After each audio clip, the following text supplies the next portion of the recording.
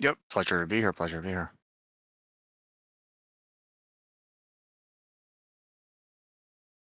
I got myself fucking muted. Beautiful. I'm an idiot. All right, so this is Tyson, and he's got a story for us, and I guess we'll just jump into it. And go ahead, bud. Shoot. So, um, not going into too much detail about locations and whatnot. I'm a former um, storage assistant manager for a very, very large international company that deals with storage. They make about 245 to 255 million dollars a year in revenue. They are one of the biggest storage facilities in Canada and one of the biggest in, well, I think like the third or fourth biggest in the United States. And we are open, or they were opening stores in Europe as well. So, yeah, make a pretty big It's pretty big amount of money, but it's actually very interesting because from what I've gathered over the last couple of days through various communications with fellow coworkers and whatnot, that there is a pandemic of burglaries that is going across the United States right now and up into Canada with really, really, really big break-ins. Like you would say almost organized. Too organized. The entire break-in thing is deemed by their corporate office the Moriarty of storage break-ins. That's in reference to Sherlock Holmes. For anyone who doesn't know, but it's rampant. It's rampant among not just our company, but it's rampant amongst all of them, all the public storage, even the mom and pop storage facilities. Unfortunately, we're not really sure. Police are totally baffled across the United States, across Canada. They're straight up baffled. Basically, so go ahead. I was going to say, give me like an idea, because you kind of hit me with like how many of the sites were not the sites, but how many of the actual lockers were hit. You said like 85. So at this particular place, we have anywhere between 1,000 to 1,500 units, and 85% of these storage units, literally overnight, were broken into. And by overnight, you like how long are you guys closed for? I'm assuming you're not closed for like a full 12 hours. The office is generally closes at 6 p.m. Okay. And then we open again the next day at 9:30 a.m. All right, so you're actually open a little longer than 12 hours, but that's not. Yes, and then people are allowed to access the property from 6 a.m. to 10 p.m. Okay. So you have an hour overhang of when the place is actually closed that people could still show up. It's about 4 hours on either 3 hours in the morning, 3.5 hours in the morning, and 4 hours at night, essentially. But it's definitely organized because the storage group, we've had security at the property, 24-hour security, and the security company is a well-known company based in this general location, and thoroughly vetted, like veterans of the security force for 25, 30 years are on the property, and they're baffled as well. I mean, the police is baffled.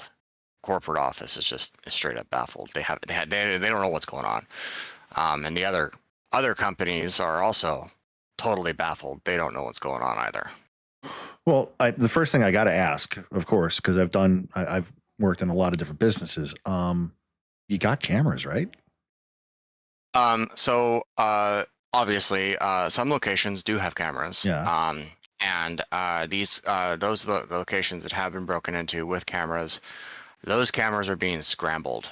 So when they go back and look at the cameras, there is nothing. It almost looks like nothing is happening. Really? And I'm talking like public storage, extra space, SmartStop, you name it, CubeSmart, all of those are being hit with cameras, live feed, and there's literally not even really a blip to show them what's going on. That's what I'm kind of getting at there, Peter. Peter says that damn former military who knows a thing or two as well.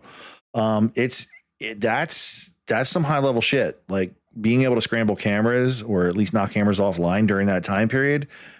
They got fail safes.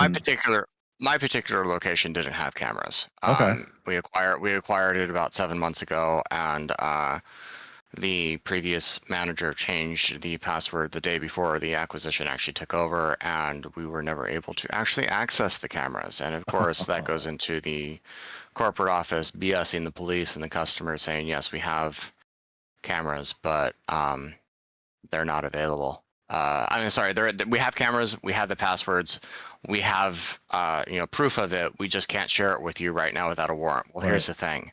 They don't have access to the cameras. There's a live feed coverage, but there's no way they are accessing that camera or that feed. Right. Now that makes things even more interesting because it means that but like it's not like something they got hacked into. No, because if nobody has the password. Correct. So with the cameras down, I mean, obviously, to me, it breeds like an inside job, total knowledge of, general lock. I don't know if you go to have a storage facility, but if you go to a storage facility, they literally say, hey, there are, we do a lock check every morning. That's our standard procedure. We open the store up, and our opening at this particular company is literally standard for every company that has storage. We open the store up.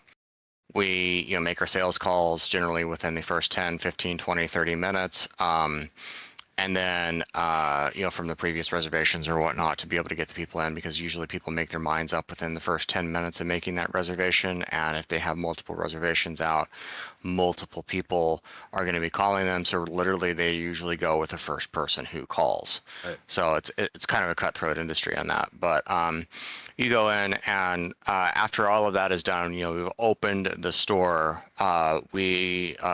Storage people then go and walk the property and ensure that all of these, locks are in place, or if someone has moved out during the night or something like that, because, although we are renting the property, we do need to have, if anything's broken into, we need to immediately call the customer to let them know that something has been broken into, to get them down on the property to submit an incident report. Because on this, at least in California, we're not required to know what is inside those units. So it has to be the customers who come down and let us know what is missing, and then we can file an incident report, and then they have to call the police. So that leads us into someone. Basically, the units are being broken into, and then and this is rampant across all 50 states presently. I can't really speak for Canada because it's kind of hard to get a hold of them, but the units are being broken into, and the units are being rummaged through, and then you picture breaking. Oh shoot, we opened up the store, everything's being taken.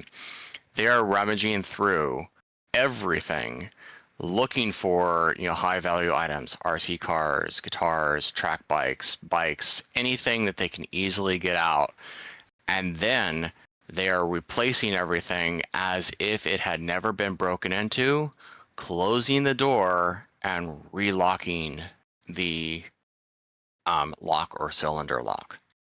So when us storage employees walk by that door, for all intents and purposes, it looks like the unit is secure, safe, and has not been broken into. It's only once the customers show up that they literally physically look through everything that they begin realizing that stuff is missing. No shit. Yes. And this is rampant everywhere. I'm sitting here wondering, how are they hitting 85 units? No, not just 85 units. This is 85% of the units. Of 1,000. My particular 1,000 to 14,000. I don't want to give you the exact number because that would be right. That's you could easily narrow that down to the site. But even still, that's okay. So that's like 800 fucking units. Rough roundings. Yeah, and it's not done just over one night. When I first became aware of this, someone came in and was like, "Hey, my stuff is gone." I went back and actually, they said my door is locked. So if you want to pull up the image that I showed, the first image that I sent you of the cylinder lock, this is in particular the for reference if you want.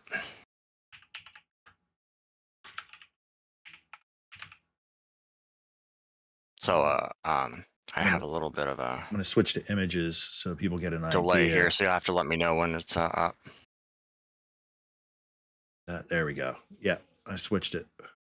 Okay, so if you're looking at that basic cylinder lock there, those are pretty standard on, you either go with the cylinder lock or the disc lock, and really no lock is really secure. You could put any of your locks on there and it will definitely, no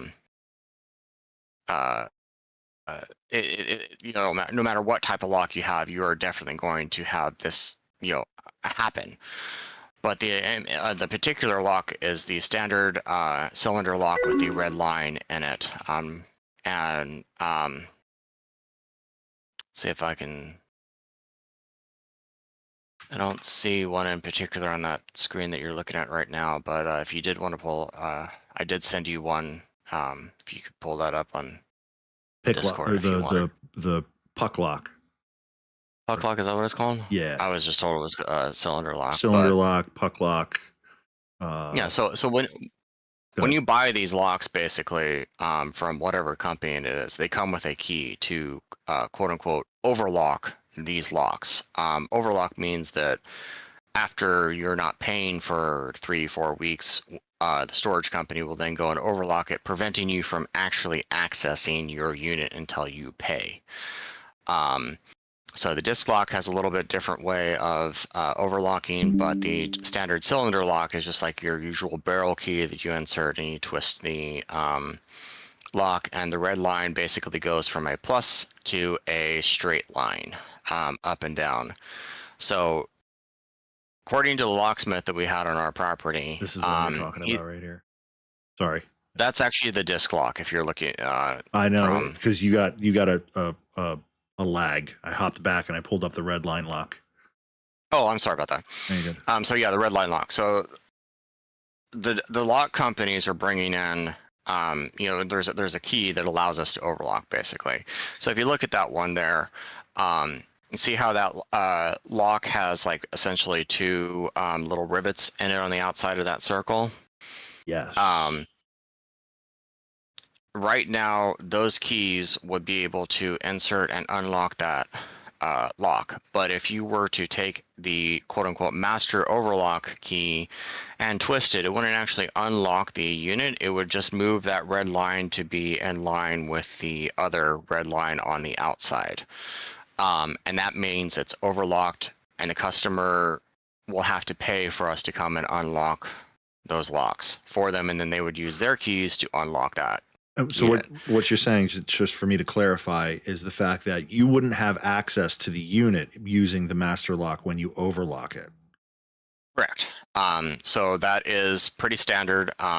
There are no master keys for any of these storage units. Right. So it's just the overlock that just locks the person out. Yeah. Correct. So with those, once they are overlocked, I don't know if you ever looked at actually the end cap of one of those, but there's like little, what do you call them, pendulums or whatever on the inside that are in a certain position. And when you unlock it, those pendulums, you can't insert the key where that red line is going to be. So all of the storage units that are being broken into, our key, the overlock key, as well as the customer's key, will not fit into there because the pendulums are in the wrong position. Huh. So the locksmith that I spoke with, and apparently a bunch of other property managers also have had this conversation with their locksmiths who've come on. It's definitely someone who who has locksmith knowledge and requires specialty state and or country registered locksmith tools. Oh shit. Yes. Our particular facility is estimated to have $5 to $15 million worth of claims and items that have been stolen. God. Up to and including investors' information, classic cars that was literally just driven right out of the property. It's a whole fiasco, and this is not just my former location. This is everywhere. Holy shit. Yes, and like I said, it's weird. Once you break into that unit, they break into that unit with those specialty tools. They open the unit, they rummage through everything, they take what they want, and then they put the unit back as if it had never been broken into. So unless someone physically comes into the facility, opens up all of their boxes, whether it be on the top, the bottom, everything, and goes through everything, stuff is missing.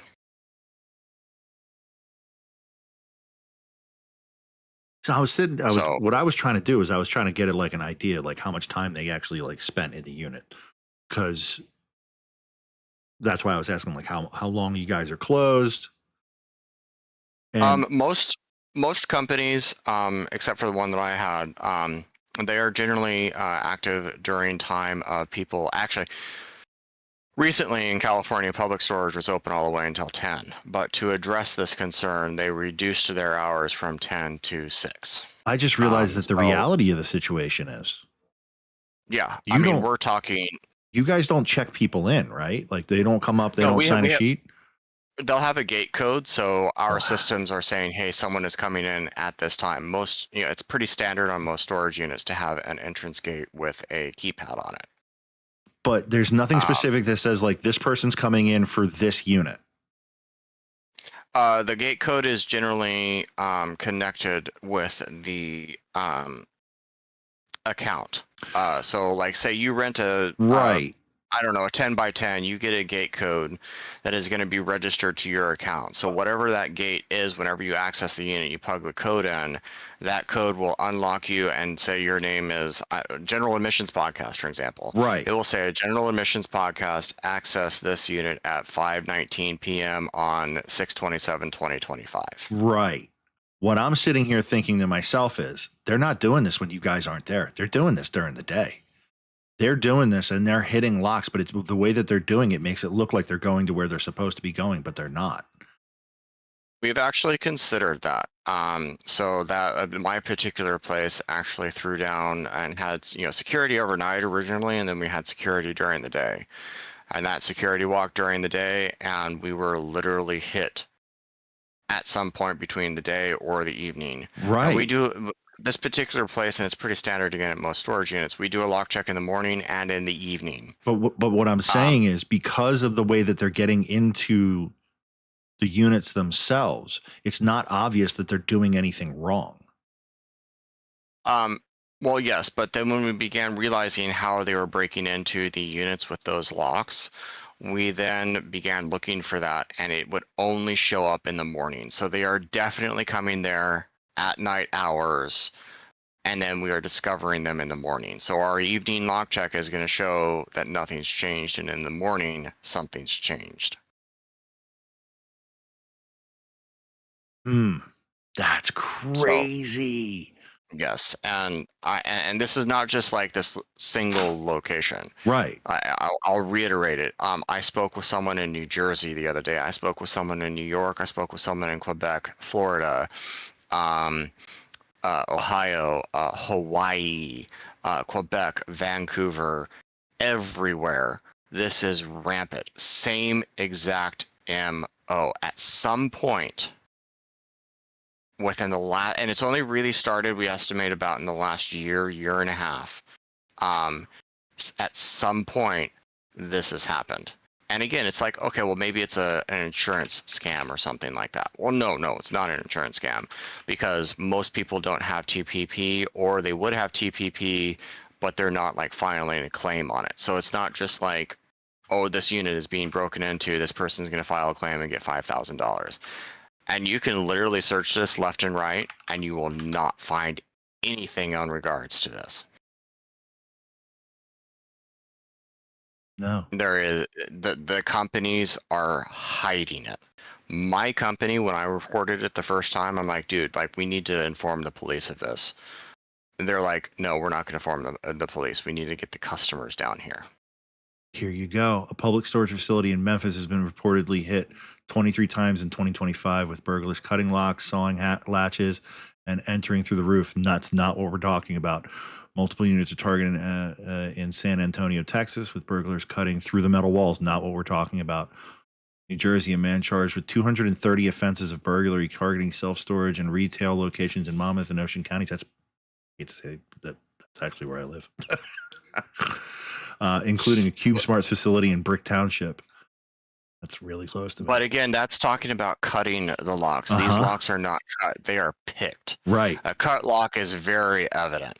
This is like they said, like our corporate office has claimed Moriarty of storage burglaries, because our lock checks are not proving it unless we physically go up and pull on the lock and look at the lock and test the lock. And even then, we believe, last time I spoke, is that the entire building, we have A, B, C, D, E, F, G, and H buildings. Every single building has been hit at some point during the last 6 months.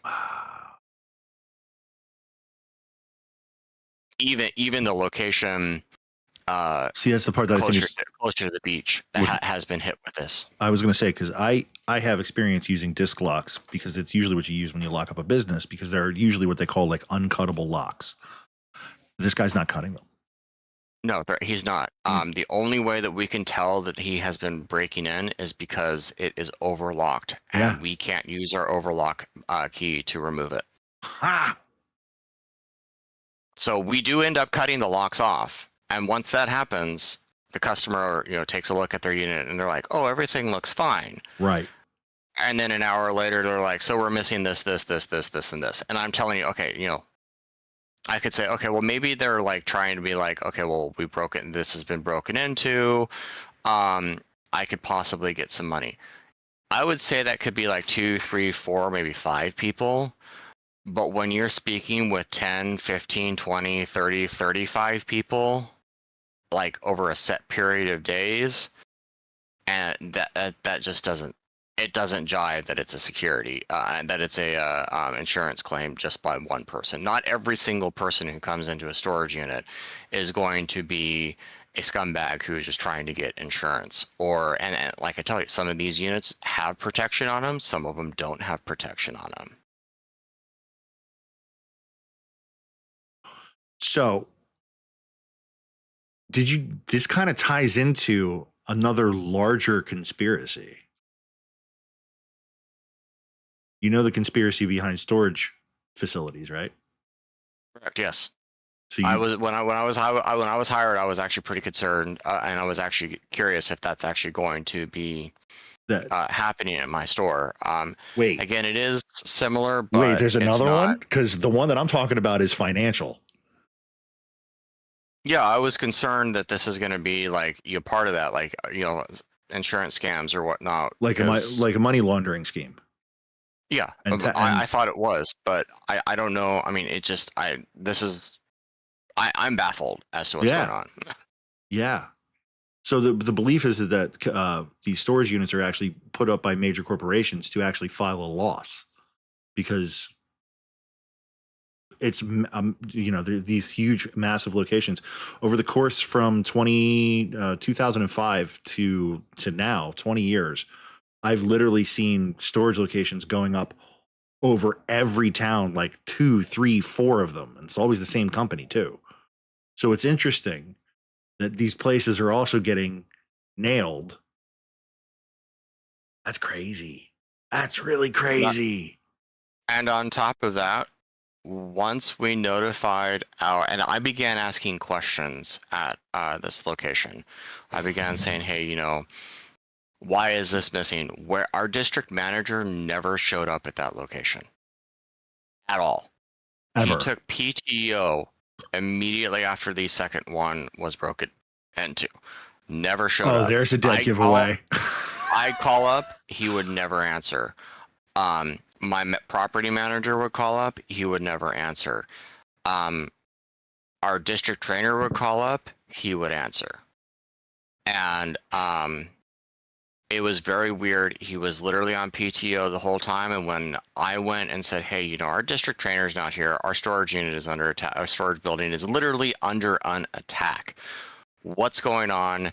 This is happening. Where is everyone? Where's the support that we need? I went up to corporate. Corporate is literally right next door. Not 2 hours after I asked these questions, I was fired for violation of company policy. That's a thing that we call oh shit. Crap. I'm violation of figuring shit out, PETA says. That is an unlawful firing. Oh, 100%. For me, though, it's kind of a gray area because I already have a lawsuit out for, other things. Don't talk about it. Other things. No, for a wrongful termination. Yeah, that's currently going through the courts now. So I can't really file another one because that's like, oh, you're doing this, and it potentially affects me. So it's like it's kind of weird. It's like it's a catch-22, really. The problem with wrongful termination, and I don't know about where you're at, but I know where I'm at. I've talked to people about this before, but the question is, it's not a settlement thing. It's not like you're going to get a settlement payment. Typically, what they do is they offer you your job back, and then it's like, do you really want to go back? I've already mentioned the company that I'm going through. Is actually very interesting. They said that we don't sue for you to get your job back. We sue you for a settlement. We sue for a settlement. Then that's what I'm saying. Like every state's different. Yeah. Every state's labor laws are different. And I know Jersey's laws are pretty much, it's actually straight up the only option you got is to go back to work. And it's like most people don't want to do that. And then unless there's something that impeding you with the EEOC as well. I actually have an appointment with them on Monday. I don't know what the EEOC is. I forget. It's like forget the actual terminology. It's the Equal Employment Opportunity Commission. Okay. But like, I've seen more police in my life these last 5 days than I have ever wanted to see. Like, I literally call up the sheriff department and I immediately know which buttons to hit. 191 gets me directly to dispatch. They come up, I already have my ID out and ready. I'm like, this is the case.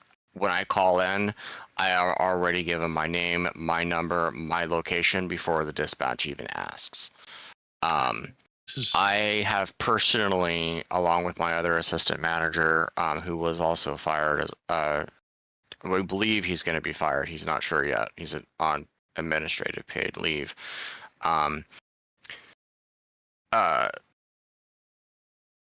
They've already, where was I going with that?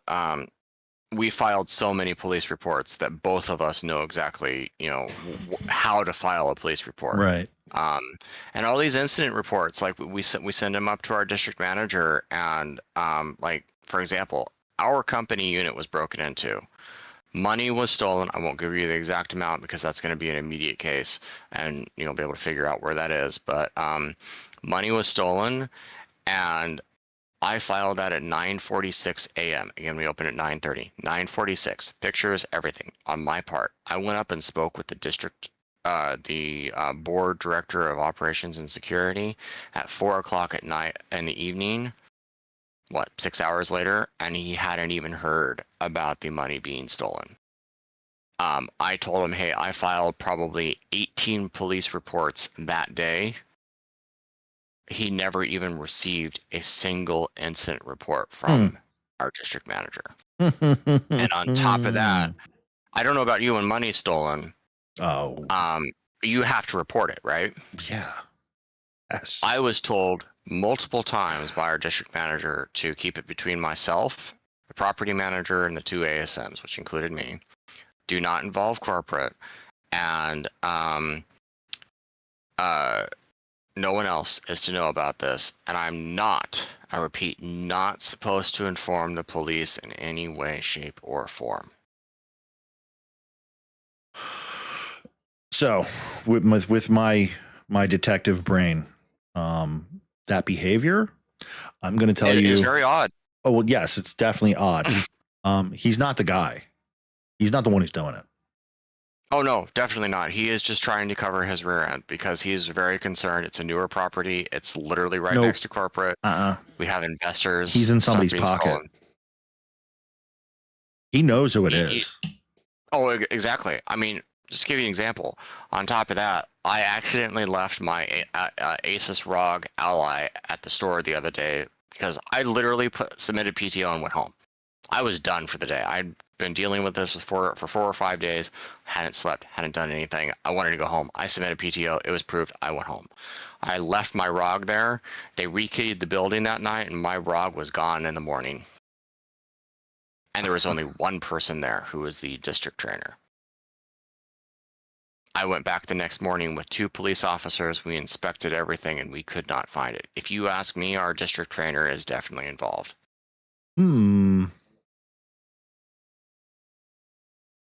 But all I have to say about this is that if you guys have a storage unit somewhere... Oh, no, I don't. Or your viewers. Or anybody else. Yeah, anybody's watching. Yeah, anyone who's watching, go down, take a look at your storage unit, look through everything, even if it's a box that you haven't touched that looks like it's not been touched. Look through it, rummage through it, make sure that it's there, because chances are, with how rampant, and there's no rhyme or reason as to what they're hitting or taking, inspect it, take a look, take precautions, buy an extra lock. Don't go with the one that the storage center is giving you, and just rely on that. This doesn't sound like cartel. Like, this doesn't sound like cartel organization type stuff. I mean, cartels are typically like pretty advantageous. Like, they'll go after whatever they can make a quick, as long as they think they can make a decent amount of money out of it, they'll do it. This doesn't seem like that. It doesn't. Yeah, and it's not like high value stuff that's being taken. I mean, sure, a RC car can make $100 and $120 in the correct market, but the police have the records of all of this, and they're going through everything. They're checking the pawn shops, they're checking everything like that, and they're finding nothing. And you said a classic car disappeared? A classic car disappeared. It was one of the. Let me actually pull up the model. Give me a second. Doesn't sound like gang activity. It was a Model A that was introduced in 1903. Pristine condition. Obviously, the engine had been, replaced, restored, but that was straight up gone. Now, I've never actually been in a Model A, so I don't really know the mechanisms for starting the car up or anything like that. But that's a pretty big item to be able to get out and not be seen on cameras. A Model A is no joke. Yeah. I had a friend of mine who had one. What the fuck? Yeah. Straight up gone. For all intents, unless the customer had told me that it was actually in there, I would have had no idea that it was there. Their manual transmission. Their manual transmission. So, I mean, it's not like they're like some super fancy manual transmission, like a semi truck or something like that. But, but still, like, you got to know how to drive manual. You got to know the starting order had to actually turn it on, because they're not just turnkey. And as a precaution, the customer also had one of those little locks on the steering wheel or something like that too. I don't know what it was. Obviously, he said it was a special lock to prevent the steering wheel from going, because obviously modern day steering wheels are not the same. Right. And they figured out how to unlock that, and they literally picked the lockup and literally just set it right beside where the car was.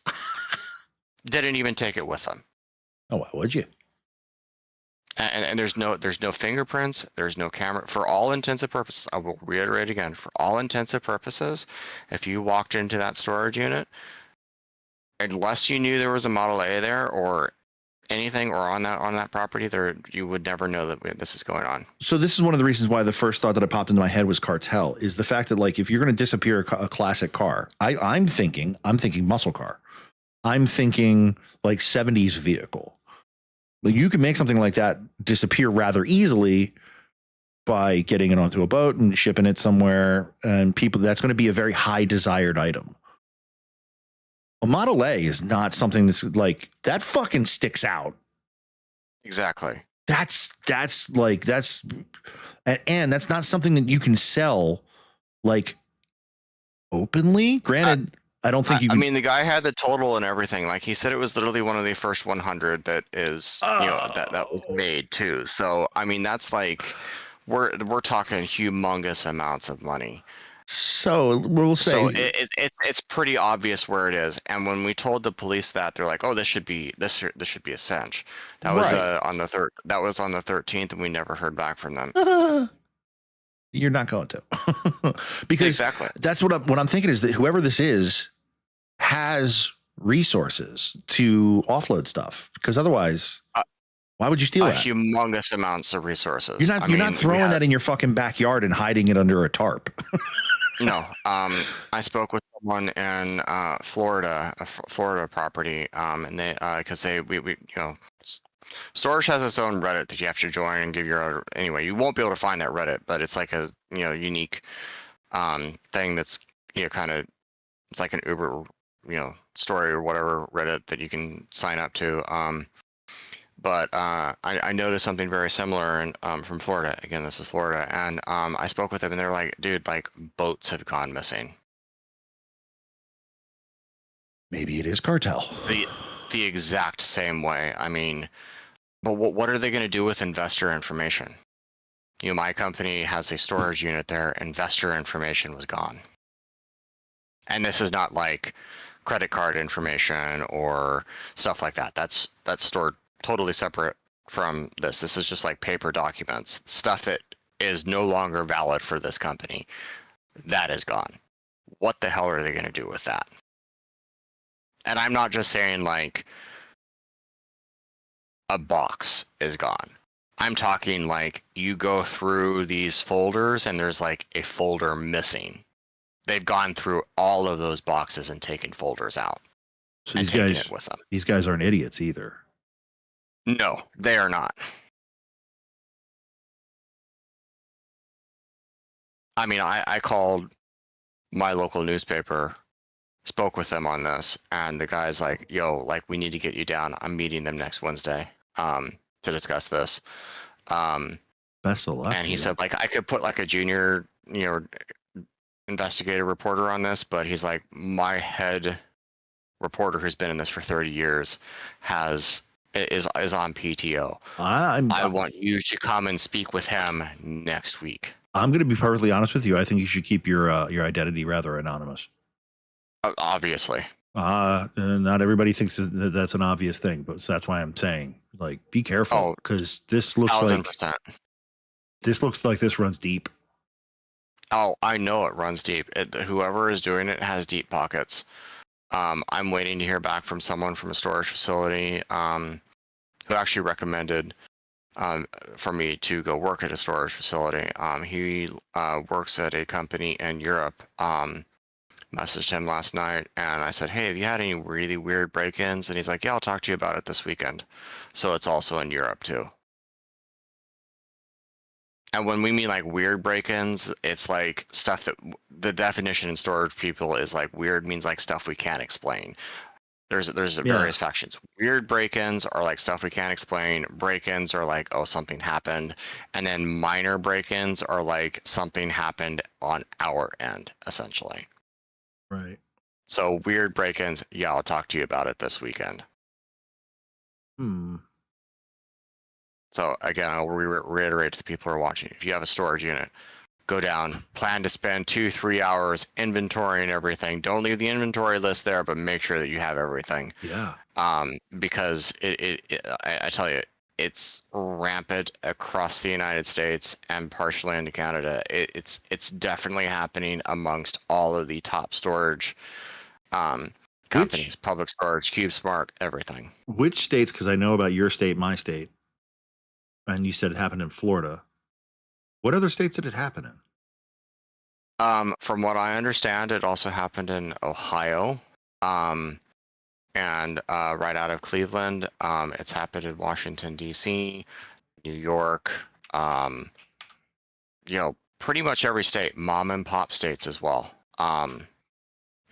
Storage facilities as well. Like I was made aware that Public Storage recently acquired a mom and pop store inside of Lawrence, Kansas, and I spoke with the property manager there last night.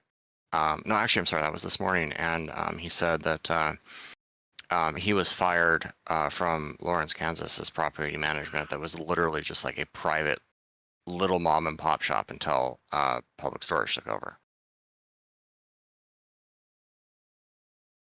And I mean, you can spend hours looking at this up on the internet, and there's literally nothing. Nothing. I already looked it up, and even with the AI overviews, there's nothing really there. What I was actually looking up is I was looking up the sanctuary states, the ones that New Jersey, New York. There's 17 of them. California. Actually, let me look at the map real quick. I could tell you if any of them, without obviously going into it, because I don't want to like freak someone out. But I'm just there's 17 states that offer sanctuary, which is there's Halden. I'll be right with you, buddy. We're on a call right now. You should listen into this because you're into crime stuff. So it's been Texas, Oklahoma, Nebraska, Colorado, Minnesota, Idaho, Mississippi, Arkansas, Tennessee, Kentucky, Michigan, Maine, Vermont, New Hampshire, New York, Alaska, Hawaii, Nevada, Arizona, Utah, Oregon, Washington, just to name a few. They're all in and around all the sanctuary states. Exactly. So this is probably cartel. But then again, if you want to look at it this way, they're not. From what I understand, it's been going on. It's only really happened and started within the last year and a half.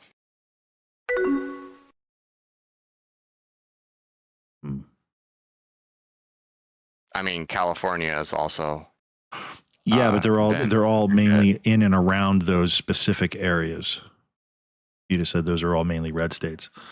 Yes, Texas is, but Colorado, which is right around the corner from Texas, is a sanctuary state.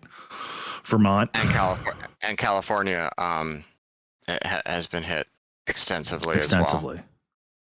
Now, I'm not saying that there's anything wrong with that. What I'm saying is that it gives the cartel opportunity to work in those specific regions with basically carte blanche. I mean, Lancaster, there's a location for Lancaster's right outside of New Jersey. No, Lancaster, California. Oh, okay. It's right out. It's out in the desert, near LA in San Bernardino County, I believe. I've never actually been there, so I can't really put it in. But we have a location out there.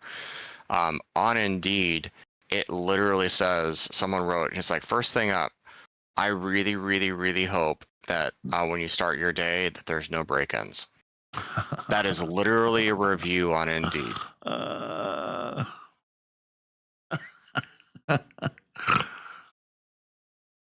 That's interesting. So naturally, I talked with that person, and he's like, yeah, like exactly same thing. They use the cylinder locks.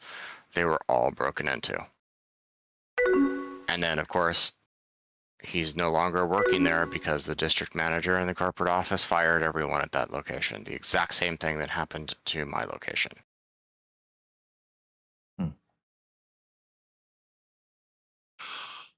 And another thing, PETA, not just they are all red states, but they are also border states. Texas, Nebraska Florida. isn't a border state. Nebraska technically isn't, but Nebraska and Idaho and that area. But how do you get a? I mean, I'm sure there are ways, but how do you get a Model A? But yeah, like what? That's what I'm trying to like. What do you do with the car? I mean, the guy was literally. Just to give you an example of how exactly this transpired. He comes into the facility every single day. Yeah. It was Monday when he came in. His car was there. This past Monday, his car was there. Tuesday he comes in. His car is gone. We had security on the property 24/7. And nobody saw. I spoke with that security guard who was literally sitting at the gate literally 90% of the time, and he said he never saw that car leave. Now, we do have 2 exits, so it is possible. But again, where is it disappearing to? Because I don't know if you've been to California recently, but there's a ton of people. Someone is gonna see that car somewhere. Yeah, I just brought it up for people to get an idea that like this is not just an ordinary vehicle. This is a 100-year-old vehicle. That's very obvious if it's on the fucking road. It's one of those things you stop and point at when you see people driving them. So it leads me to believe that someone's loading it up onto a covered truck somewhere and driving away. Yeah. Because you're going to see, I mean, every single day, I see an old car with my dad, my mom, or something like that. Like there was a guy who literally drove by the other day in a really, really cool classic car. I immediately took that picture and sent it to my friend. Of course. This one over here on the right-hand corner, the two-tone blue is actually exactly what my boys look like. This is exactly what it looked like. So this one was like kind of a light, more like the second row, third one over, kind of that color red. This one. Yeah. Okay. Black and red. How are you not gonna see that? You know what I mean? Like that's eye catching. And like you said, there's a very specific way of starting that up that is not known. I mean, I wouldn't even know how to start it up. I know you probably crank it or something like that. I'm guessing, but that I don't drive a. It's got a choke. Manual, it's got a choke like so a lawnmower. I wouldn't know how to do it exactly. You got to put it in. Yeah, you got to put it in neutral. You got to play with the choke to get it to start to turn over. It's like a three thing to do, and then get it to run, and then put it in running mode, which is different because not all cars have that, and you have to actually like get the engine to engage with the transmission, then start using the transmission. So that's fucking crazy that somebody just hopped in that bitch and just drove it. And I also believe he said it was on a lift too. Oh, so they took it off the lift. They took it off the lift. They disengaged the wheel lock, and then they drove it out of the facility. They had a wheel lock. Well, you told me they had a wheel lock. You told me that there was a specific lock, which I know the one. I'm sorry. I thought you meant like the wheel, like the tire wheel, but they had a steering wheel lock. A steering wheel. Yeah, I thought you meant like the actual tire wheel. So this guy was in this unit with enough time to pick another lock, get this thing started. I mean, granted, I might be making too much about getting it started because the reality is you could probably just look it up on YouTube. Nowadays, he's probably just sitting there on his phone like, all right. So you got to do this, this, and this. Okay, cool. Let's go. Yeah. The other thing that was stolen was a bunch of football helmets from like, I think the person who said that they had like a Ted Bundy, not Ted Bundy. Who's the famous, I'm terrible with names, but oh my God. I don't even know what team he plays for. I'm terrible, but he's like one of the famous quarterbacks right now. Patriots. I don't. Did he win a bunch of Super Bowls? Yes. Then it's the it's sports ball. He actually played. He was in the movie Ted.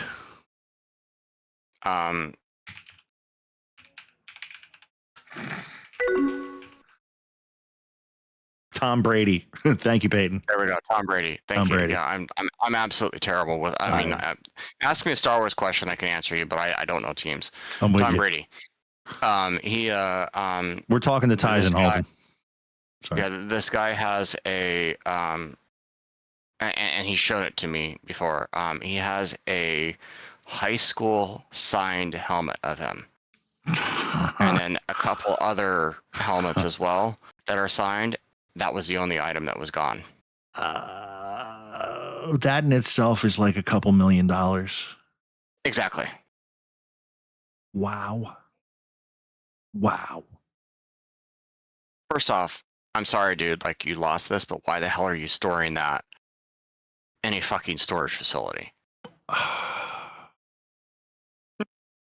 Yeah, I'm with you on that one. I don't believe in storage facilities. Period. Like, I mean, now you really don't, right? Yeah, no. It was a hesitation before. Now it's an absolute like null and void. Never going to go to a storage facility ever. And if you look up the the standard locks that they use, the disc lock or the cylinder lock, they are supposed to be the most secure lock. Yes, there is. Yes, that's why they use the little cylinder locks on safety deposit boxes and shit like that. Most barrel key locks are for usually like fireboxes and those kinds of things. And then the disc locks, the ones that have like the whatchamacallit, the disc ones, the ones that are round with the top latch. They're usually what they use in businesses and whatnot, because they're considered like uncuttable locks because you can't get anything in there to actually cut them off. But the fact that this guy's just overriding them and popping them off is why you can get into. My former system manager said it, like they're popping it off like candy. Mm-hmm. I mean, if you're doing it, on Monday we did our evening lock. Tuesday we were way too busy to do the because we discovered 13 units on Monday. So 13 people are coming in. That's a whole hour process and whatnot. So Tuesday we didn't do it. On Wednesday, 85% of the building was broken into, or one of our buildings was broken into. So that, I mean, my district trainer literally said, it's like, why do you even have a C building at this point? Because everything's just broken into. Yeah. So they are, as I told you, police are baffled. Yeah. Corporate is baffled. The guy I spoke with has been in this business for 20-something odd years for security and everything like that for companies, and they don't know. I mean, we've had private investigators come in and we explain the situation to them. We have the lock, we show them how it's done and everything like that, and they're like, former detectives that are retired, they're like, we've never seen anything like this. Well, we don't know. I was never a detective, but I was a little bit of a PI. I would put a PI on that fucking district manager instantly. It would have been my first fucking thought. Well, I can't really do that now. I know you can't. That's everyone's been fired. The good news, Tyson. The good news out of all of this is it's no longer your problem. Correct. I just think it's fascinating. I love Hercule Poirot, Agatha Christie, a good murder mystery, a mystery in general. And both my system manager and I were sitting around and we're like, how can they do this? How can they do this? How can this fucking happen? We even went back to our company unit and we took one of our locks with us and we're like, okay, let's figure this out and figure out how we can do this without, we had no tools or anything like that. We just locked the unit and we're like, okay, how do we do this? We couldn't figure it out because obviously we're not smart enough and we're not crooks. But I mean, and then like right after that, I'm like, we need to like contact like Danny Ocean and or it needs to be like a new movie or something like this and obviously I'm being portrayed by Brad Pitt, but like it's literally something that you would see out of a movie. Yeah. Bank Job or Ocean's 11 or something like that, and again, rampant across the United States. Yeah. And that's probably the reason why they're doing it, is because a lot of that stuff, unlike the Model A, but if you have the resources to move that, if you have the resources to sell that to somebody, these aren't little guys. There's no reason to chop them. Like that was another point that I was getting at. Like a lot of times when cars get stolen, especially modern cars, and this is what people don't understand, is that when the reason why they're stealing like Mercedes and Land Rovers and that kind of like level of stuff is because the parts, there's money in the parts. You can literally whack that thing down to nothing and make twice the amount of what that thing was originally sold for simply by selling all of its parts off. The computers, everything that's in it. And you can do that. Something that you can chop down and make it's more valuable as a whole. Right. There's no demand for this thing's parts. I mean, I guess maybe, but still not. It's not like everybody's working on them. It's not like everybody, and that's the thing about like Mercedes and Land Rovers is you can sell all these parts in Britain, in Germany. And the moment you take this into a shop with the parts, I mean, I spoke with a mechanic on Tuesday because, this happened. I went down. I'm like, anyone come in, offering a Model T? And he's like, if someone comes in and offers a Model T, my first suspicion is I'm going to be calling the police. Yeah, right. So there's maybe like literally, I could probably, the amount of times that I've seen this particular car outside of the movies is maybe like, I can count it between like maybe 2 or 3 fingers in California, where I live in Southern California. Right. It is not a common car. So anyone, anywhere, at any point who sees this on the road, and our streets are always busy. There's never a time when you're on the freeway. First off, I don't even think these are, freeway worthy or able to be driven, but anywhere. No, I think this type of car is going to be seen. Even in perfect condition, if you could get this thing up to 65 miles an hour, I think it'd rattle to bits. Because that's not what they're for. Exactly. That's and like you said, the demand for the vehicle would actually be in its whole form. So then it's got to go somewhere else. It's got to go. You can't register it in the United States. That's the other part that I'm getting at is like they have VIN numbers. Like that's one of the things they definitely have. They have VIN numbers. So you can't register this vehicle. Now, again, we are about 45 miles from the LA ports. Yep. So, I mean, it is possible that they literally put it on a truck, immediately put it, drove up to those LA ports and so forth and so on. But here's the other beautiful thing. In California, there's this other thing that's going on right now, which involves ICE, and they're inspecting everything going in and out of those ports. Yeah, but see, this is the thing. This is the point of me pointing out the sanctuary states is these guys operate out of Canada. It's what a lot of people don't realize is they're because of Canada's immigration laws. They have basically like forward operating bases in Canada and of course Mexico. And there's more than just one of them. That's the other part is like it's you're not dealing with just one cartel. You're dealing with like 3 or 4 or 5 cartels. And so with very deep pockets. With very deep pockets. They rally some countries' GDP. So like yeah, that's interesting. This thing's disappeared and probably trolling around in fucking Mexico somewhere. I mean, even then, our property manager literally went on PTO a couple weeks ago and went down to Mexico, and he said it took him 3.5 hours to get into Mexico. He's originally from there, and there are not many ways to get through there. So, I guess I could take it over the mountains or whatnot, but still, I think I broke him. You said your district used to live in Mexico? No, he's always lived here, but he has family in Mexico. He's got family in Mexico. Yeah. Yeah, he went to go for a test drive. That's what he did. But he was back before that happened, so. Okay. So he'll be down there in a couple of weeks. Well, I will tell you that our district manager is why I continue to think about him is being involved in this is no offense to anyone, but he is from Serbia. Yeah, Russian mob. He was on PTO during the whole thing being going down. Like That's. Hey, bro, do you like my Model A? I have. I don't want to say too much, but I have transited and I have rubbed shoulders with a lot of people in the underworld, and the Russians are ones that I don't like dealing with. I have we have a mutual respect, but I will not get involved, because the last thing I want to do is lose all of my limbs. Be introduced to some very interesting machinery. Yeah. Yep. Yeah. Get intimate with some.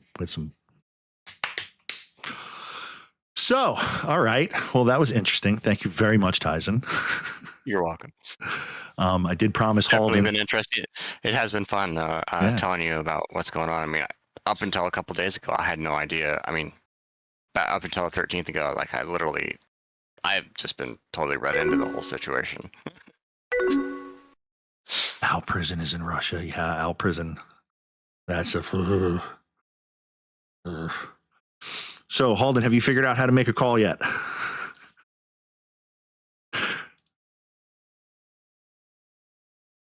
If you jump into the general, I can drag you into the live. Anyway, it has been an absolute pleasure. Thank you for having me here. Well, I was just I'm just prepping him. I wasn't. No. I just wanted to say thank you for having me and being able to appreciate it. Be the first podcast on Twitch to feature this. Yeah, really. I mean, KTLA and I are going to be having a sit down with me. Obviously, I'm going to definitely KTLA. That's the newspaper or the radio station or the TV reporter. Okay, yeah, dude, I'm interested. So once that goes down, I'll definitely get you a kick link. So you can kick some of those links to me. Yeah, please. I'm definitely I'm invested now. I want to know who's doing this shit. Give me 1 second.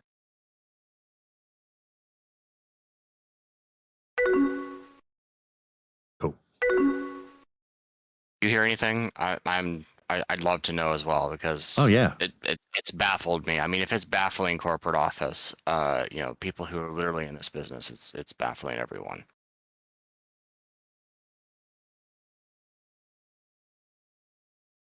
Yeah, I will definitely I'll look out for ones happening around me and work my way through there.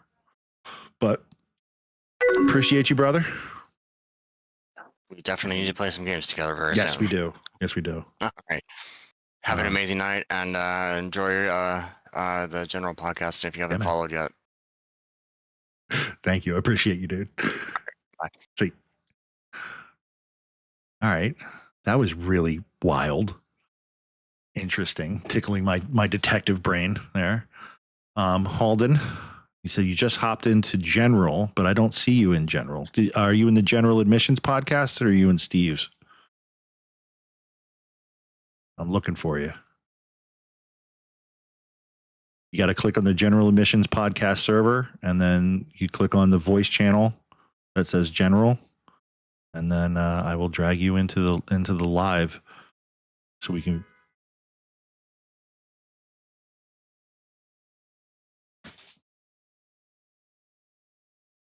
The hell's going on out front?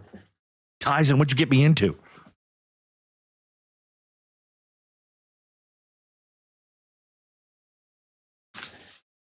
People honking and stuff.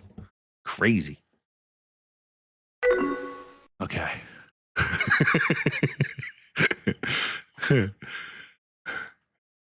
Just so that I have it on record, I am not suicidal. I am perfectly happy and I love my family.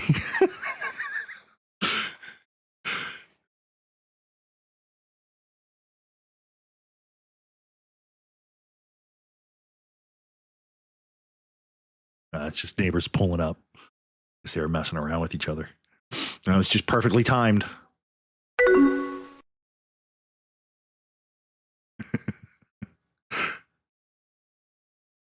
Halden, you got to get to that general chat. Come on, buddy. I promised you this days ago. Let's do this.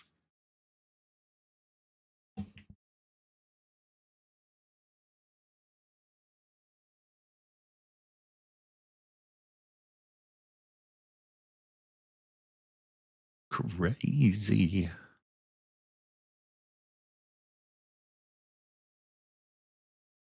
All right. Checking out all this stuff. Everything's good to go. Just waiting on Holden. I wish I had. I was wondering if I was going to. I think I'm in general now. No, you are not.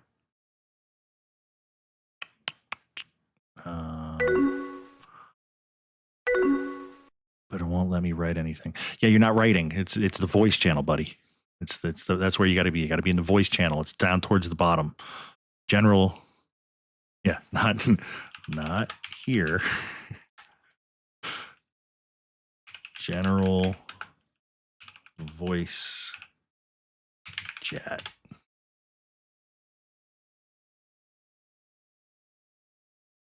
Click on it too much. I'm going to jump to it. It's going to send all that all crazy. Copy link.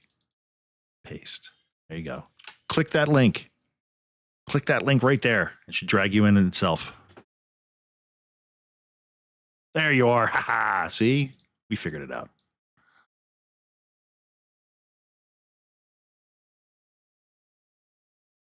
Okay. Alden, can you hear me, bud? Absolutely. Can you hear me? I can hear you great. Sound nice and clear. Just got back from that long ass drive ride from Central Jersey, and my employer, of course, didn't dismiss me early. Only dismissed me at the latest time I possibly could. Nice. My wife, if you work in the same place that I think that you work, my wife actually worked there for a while back in 2020, and she used to drive from where I live now to there. It was like an hour and 15 minutes. Sure, it was. That sucks. If it treats me that way, it probably treated her that way as well. Yeah, dude, it was rough. Did she like that? Did she like that place? It was all right. It was the drive that got us, because it was an hour and 15 minutes one way, so it's 2 hours and 30 minutes. And it was I don't get the drive either. The drive's been weighing very heavily on me as well, but I've been doing it for a couple years. God bless. Oh my god. I don't know how to get on my feet and figure out just a place that I could finally just work at that finally just makes more sense to me and isn't the drive that I'm doing. That makes two of us, bud. That makes two of us. So what did you want to talk about tonight? I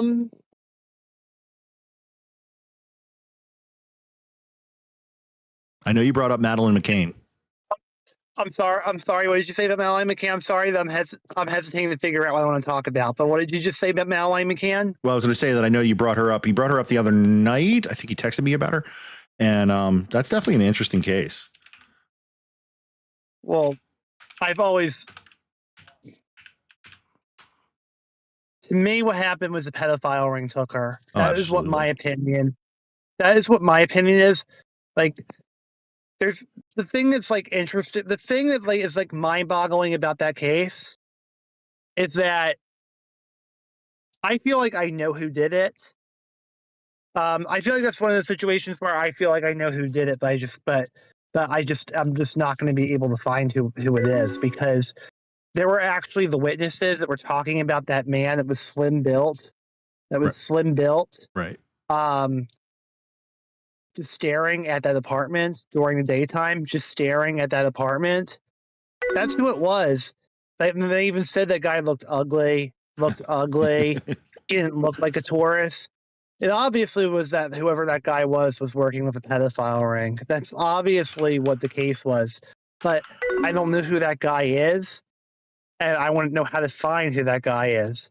That's like what would be frustrating about the situation. So, there's my little thought on Madeleine McCann. They think Christian Bruckner did it, this like German pedophile. That's who they think did it now. And I don't know if that's him or it could be that's what happened, that he did it. Do you watch YouTube? Of course. Okay. That's all I watch. Have you ever heard of a channel by the name of Flesh Simulator?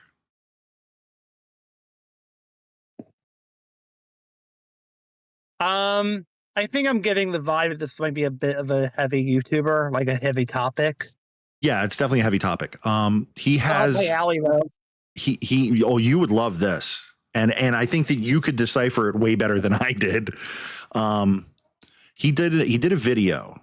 He's sort of a conspiracy theorist YouTuber, but he did a video about, it's called Murder for Fun and Profit.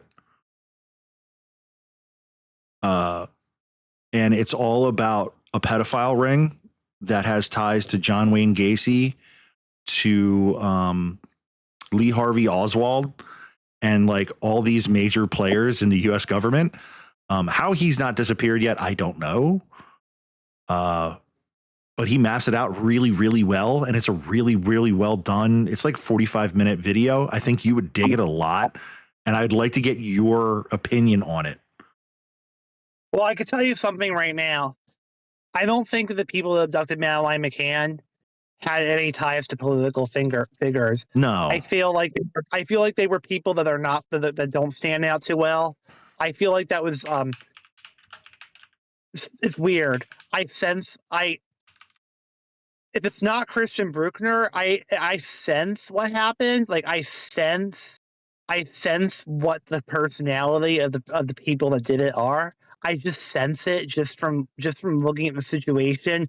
I'm not near Portugal or anything, but just from, I've never been there in my life.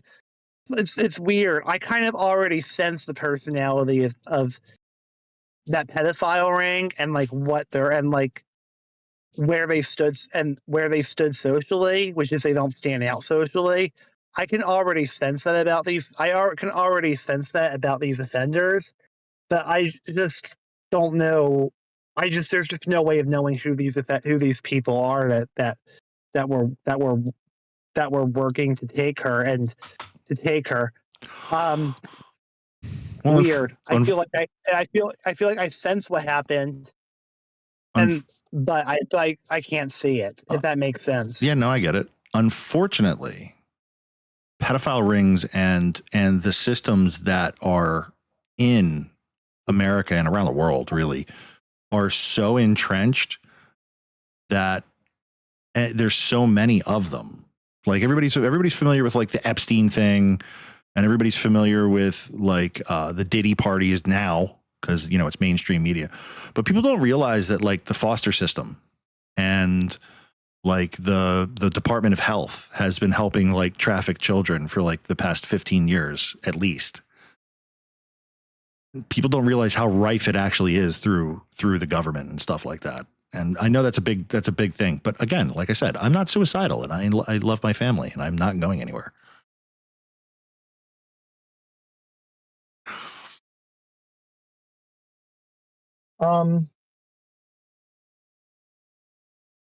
Sorry. Have you ever looked into the Sally Clark case? No, that was one I did promise you. I did promise you that I would look into that. We'll do that now. I can't tell if I think she's innocent. There's a side to that story though that makes it seem like it could have been that she really did what they were accusing her of doing.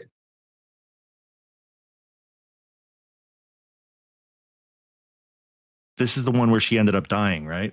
Did she end up taking her life over this? Pretty much. Yeah.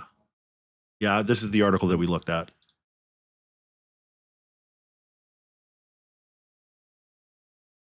When Christopher died in 1996, experts assumed it had been because of respiratory problems. 2 years later, she found Harry dead, slumped with his head forward. Professor Sir Roy Meadow, the controversial pediatrician and expert witness at the trial, told the jury the chance of 2 children in an affluent family suffering COT death was 1 in 73 million. I mean, that is kind of high. Like, the Royal Statistical Society disagreed and wrote the Lord Chancellor saying there is no statistical basis for the figure. Experts now believe the risk could be anywhere between 100 and 1 in 8,500.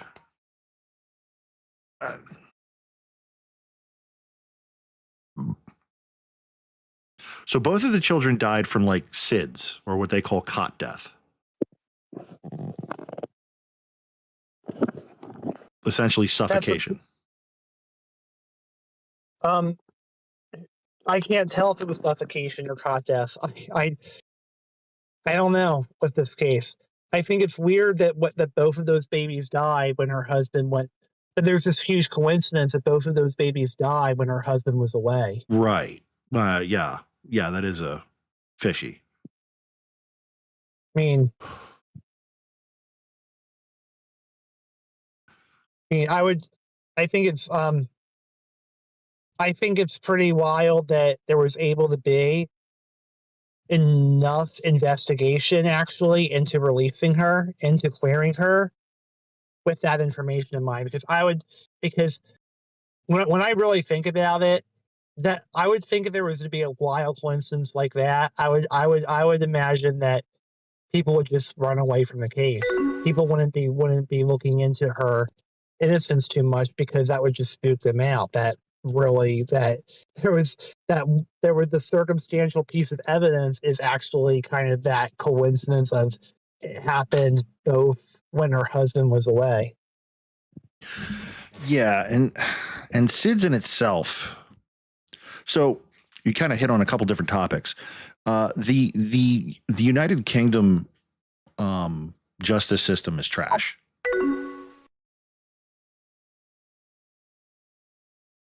Okay, why do you say that? It's because I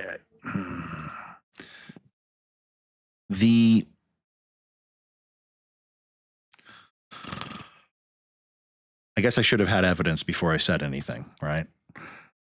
Right.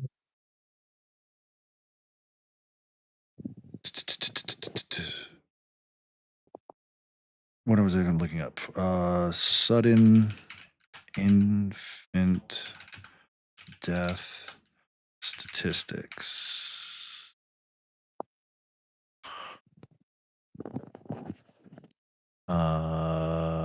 In 2022, there are approximately 3,700 sudden unexpected infant deaths, SUID, in the United States, with over 1,300 of those classified as sudden infant death syndrome.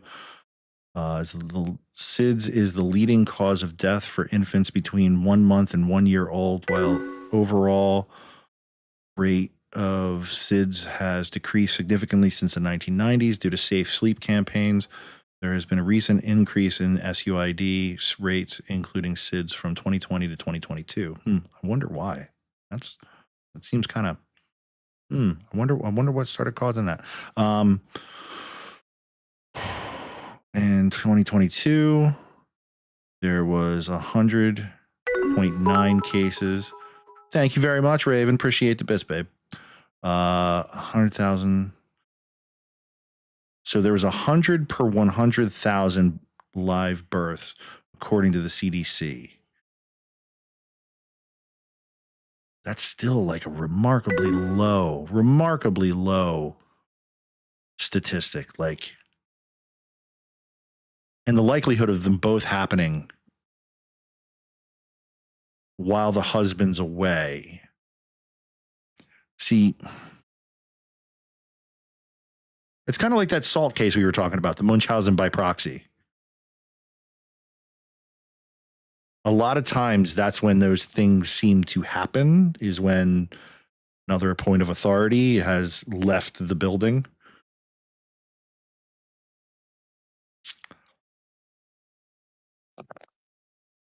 Premature birth, low birth weight, unsafe sleep practices like prone or side sleeping are known risk factors for SIDS.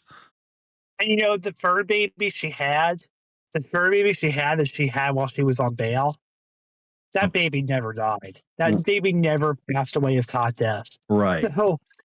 So this baby that actually is born when they have her charged with with murdering them, with suffocating them, that baby is a survivor. That baby happens to not seem to have a genetic condition that the other two seem to suffer from. So I don't know what the hell to make of that.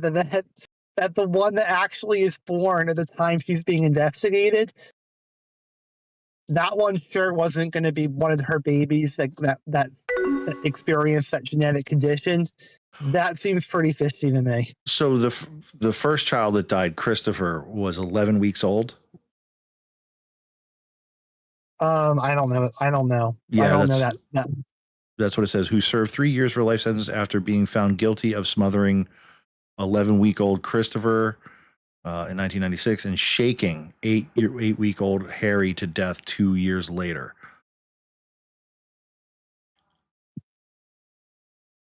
I didn't know the shaking part. I thought they both died a cot death. Interesting. There's a case. There's a case up in Washington State that was on 48 Hour Mystery called "Blaming the Babysitter," Ashley Howes.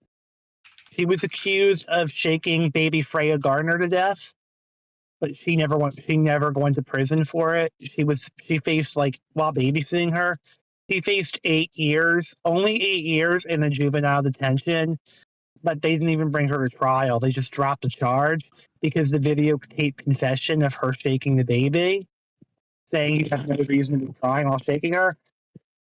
They said that her Miranda rights were not read to her, so they didn't pursue bringing her to trial. The evidence ran out. However, my opinion about that case is that I believe Ashley Howes got away with murdering Freya Gardner. I feel like that was guilt. I believe she was guilty of killing Freya Gardner beyond a reasonable doubt. I feel like the evidence did prove beyond a reasonable doubt that that Ashley Howes murdered Freya Gardner in a fit of uncontrollable rage with an intent to cause her death. Huh. That is my opinion. That's Sally Clark. I don't know if Sally Clark did it or not. I have a strong opinion about Ashley Howes, though. But remember, it's just my opinion. Ashley Howes has been a free woman for years, and she's since filed lawsuits against the Seattle police departments. So it's not really in my place to be just talking about, to just be dropping my opinion. We're just talking about 48 hours. We're not talking about Ashley. We're not accusing her. No accusations. But I am saying, though, my opinion, though, is that I believe Ashley got away with it. That's just my opinion.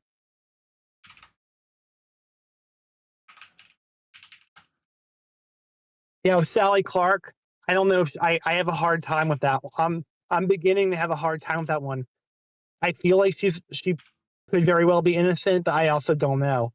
I think if Sally Clark was innocent, I think that a curse was put on her somehow. There was some sort of evil curse that was put on her to make both of those babies die and make her go to prison frame for doing it. But it's weird because I don't see I don't see why there would be evil spirits after her specifically. I don't see where that curse happened in her life. I don't see why the curse was put on her. And that is something I actually would love to know. Where does your you brought up evil spirits before, and I think that's interesting. I want to delve into that. What do you think about that? You think that there's evil spirits that cause people to do harm or drive people to do evil things? I don't mean to put you on blast like that. I just kind of want to get. Well, I was just thinking, I've said some really, really, really horrible things to people that I, for the most part, regret. Okay. And for the most part, regret.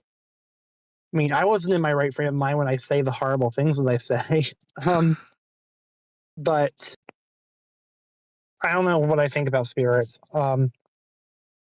Really, the Sally Clark thing is just an isolated thought of mine.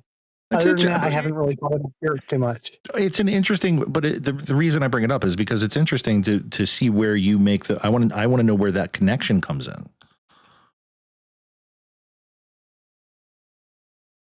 Well, Sally Clark, her life looked like a Greek tragedy. Usually, when Greek tragedies happen, it seems like it happened because there was a curse put on them. And I actually thought I heard somewhere that there are countries where if the babies die of sudden death syndrome, they actually leave them out in the forest because they think they have to claim that the babies don't belong to them because the babies were sent there as a curse by spirits. I thought I heard somewhere that was actually a tradition somewhere in the world. So that makes me think that it's pretty remarkable that a woman would go to jail and become one of the most, after losing 2 of her babies, with this evil statistic saying it's 73 million to 1. That makes me feel like there might have been a curse put on it. And the fact that she had never recovered from her ordeal, and when she was released, she died of alcohol poisoning at a very early age. That makes me think that there was some sort of curse put on her. That's what that seems like to me. That's okay. That clarified it. I get it. I see it now. That makes sense to me. Okay. Yes, because it's interesting. There's actually, oh my God, you just triggered something in my head. There's a show that is based on that exact belief that there is a creature that does that. And what it does is it kills a child and then it ruins the family, and like systematically, by grief and anger and all these extreme emotions, drives the family crazy. Shit. What is that? Oh my God. What is that called? Back when I was in high school and I first learned about Sally Clark, there was actually an image in my mind of Sally Clark after Sally Clark died. She was dragged right underneath to this place that's very fiery below, like far down beyond the universe, beyond belief, and these large vultures, just eating her, just biting at her viciously, like there was all anger from them with some sort of political statement, and that there was this whole web of all these angry vultures that were just going to start.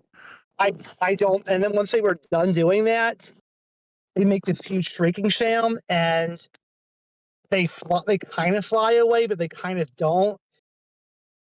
It's like they was saying, it was like they were on to the next mission after they were done doing that.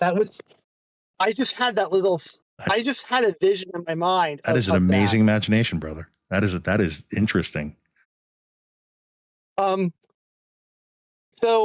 I'll tell you this. Sally Clark has the same birthday as Teddy Sinclair. I know that name. Why do I know that name? Teddy Sinclair is in my opinion, she's an amazing music artist. She used to go by the name Natalia Kills. She's written extremely good songs. She's done the song Wonderland. She did a song called Mirrors. Then in her new album, she did Saturday Night, a song called Trouble, where she says the lines, "My daddy taught me so when he said to me, don't look back when you walk away. I'm the best mistake you'll ever make. I'm trouble. I'm trouble." And then she went on after she got fired from the X Factor in New Zealand after belittling a contestant there, she changed her name to Teddy Sinclair, and she has one new album now, but she hasn't done albums for years, and it's called like 30 MG. The songs on that album are completely incredible. Nice. I listen to them nonstop. But yeah, this Teddy Sinclair has the same birthday as Sally Clark.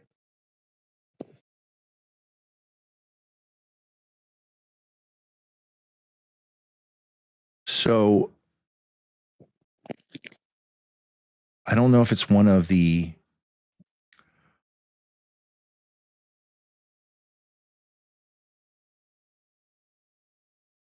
hope you enjoyed my little singing. Yeah, dude, I hope my little singer didn't bother you too much. People tell me I have People tell me my singing is horrible when I even try doing it. Whatever, dude. Fuck them.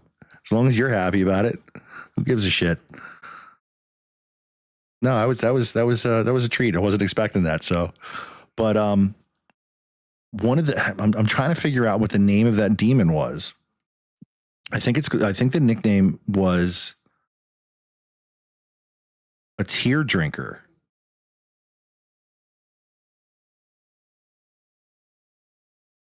Well, that doesn't fit the profile of the vultures I was just talking to you about. The vultures I was talking about, they were more like about ripping someone. They were more about ripping. They weren't into drinking blood. That doesn't fit the personality profile of what I see in these vultures. The personality profile of these vultures is that I don't think that seems more like a feminine trait, like a sneaky mean girl backstabber, to have a left brain thinker, like an artsy thinker, now the right brain thinker, to come up with this creative, to have the time to sit down and drink something, and craft that sneaky way of drinking something, to like say, ha ha, I'm doing something bad, ha ha. The reason is seem more volatile. These ones seem like they didn't have time to really come up with artistic thoughts. It was more headstrong. It was more headstrong and antisocial, if you get what I'm saying. Yeah, no, I do. Yeah, but I always find it interesting when actual, like, legitimate. Okay, here's one. I'm going to go off on a tirade with you. This is a little off subject, but you know how, like, there's the big thing, but have you ever heard of like a pale crawler or the rake? No. Okay, they're sort of like internet cryptids that everybody's talking about. Right. So they're stories that are sort of like set up on like Reddit and stuff like that, and copy pastas and all these things that are going around. Everybody talks about the rake. It's made it to the point where it's actually like a Halloween costume for kids now. The reality is that the rake, this sort of pale, thin, scrawny looking weirdo that walks around on all four legs, everybody calls it by the wrong fucking name, because it's legitimately a documented demon that has been around since forever, known as a Bandersnatch. Still, that seems a bit more passive and a bit more time to be fake, to be fake looking than what these vultures did, than what these vultures I saw in my head about, in my own little imagination. Well, this is slightly disconnected. I'm just saying, like.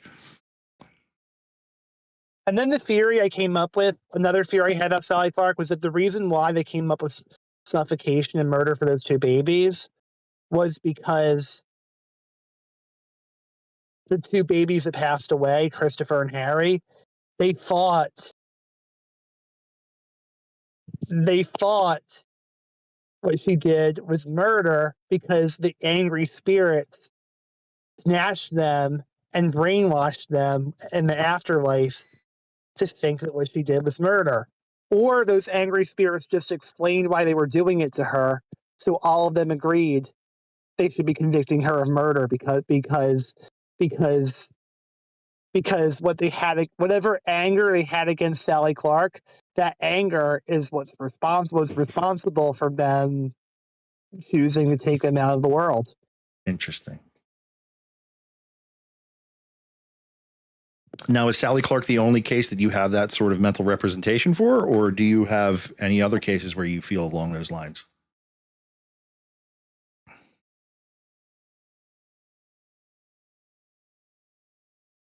Who knows? I don't know. Fair enough. So I'll tell you an interesting opinion. There's a 40-hour mystery episode called Private Needham's War. Okay.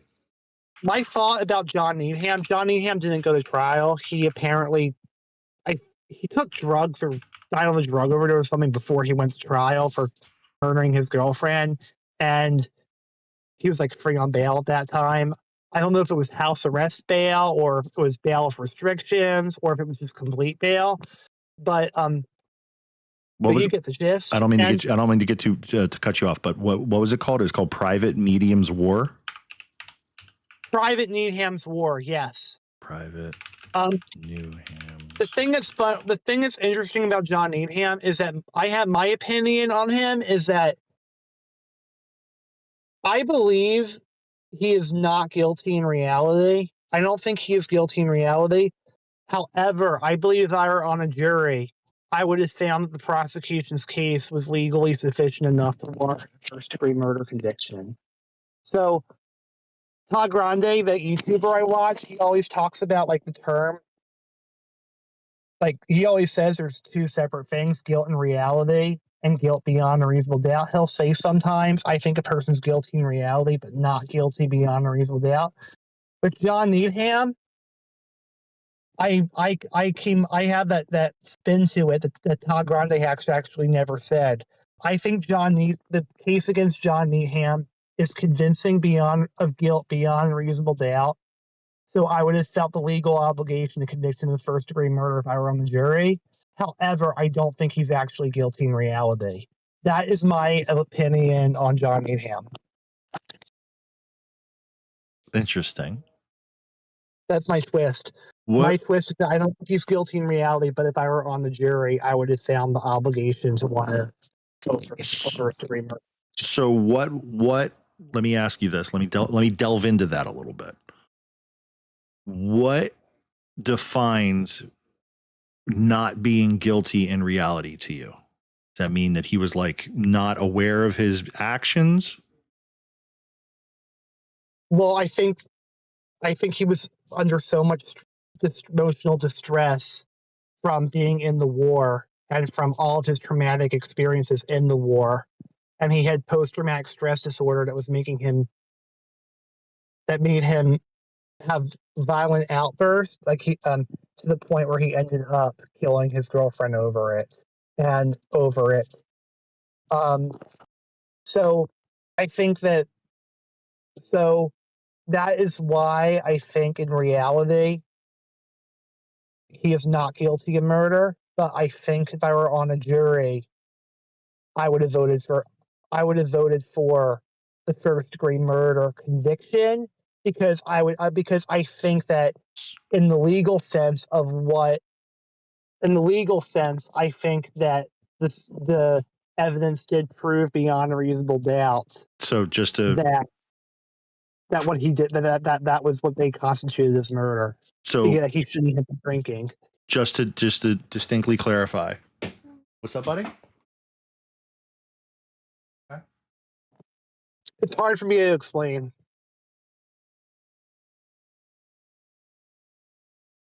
Love you. Scoop. You got it, brother. Like I was saying, so just to be clear, what you're saying is because of his intoxication and because of his past traumas, that his actions were not of his own, and that he may not be aware of his actions, but you still think that he deserved the conviction because his actions led to her death. Deserve or not deserve? Long story short, I believe I would have voted guilty of first-degree murder if I were on that jury. Yeah, what I'm getting at is even though what you're saying is like, even though his mental capacity was not clear, you still believe that his actions are actually what led to her death. It's sort of a moral. When you get the I think it's one of those situations where if I read the jury instruction, if I were on the jury in California and I were handed the jury instructions, I think I would have found that the evidence that was presented to me warranted a first-degree murder conviction. Okay. I think that would have been the verdict that I would have been going for, because that is what because I believe that situation was more. I believe the evidence that was presented in that case. Remember, there was no trial. He ended his life before the trial. Right. But I think that the evidence in that case that was probably going to be presented at trial. I mean, probably. I don't really know. Probably. I want to like quote. I don't want to like, but I believe that with the way the facts looked in that case, I think that the evidence in that case would have led me, if I were on the jury, into thinking the verdict that was asked of me to vote, based on the facts, would have been guilty. Would have been guilty beyond a result. Unless that defense found more ways to actually like kind of prove that they actually did have reasonable doubt, that there actually is reasonable doubt in the prosecution's case, I believe I would have voted along that line. Guilty.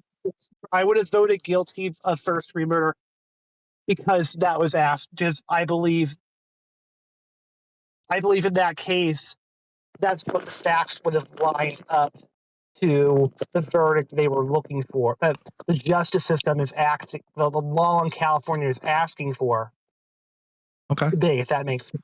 It's because it's all subjective. It's all like you could interpret the law any which way. Right. But in that case, my interpretation would have been that the facts would have warranted a first-degree murder conviction, even though in reality, I don't think he did really was murder at all. I think it was just a person in a huge state of distress, basically killing out of insanity. So it's like that's kind of what different directions. That was going to be my next question. Is essentially what it would come down to is that you feel at least a level of pity morally towards him because of his actions, but you wouldn't deny that his actions led to the murder of his girlfriend. Well, another way I could put it is I didn't process that, but when I'm at work, anytime my hands are wet and I'm near something that's electric, anytime I get out of the restroom and I just see my hands go touching a scanner or something like that, I always tell the people, the higher ups there, hey, I was washing my hands.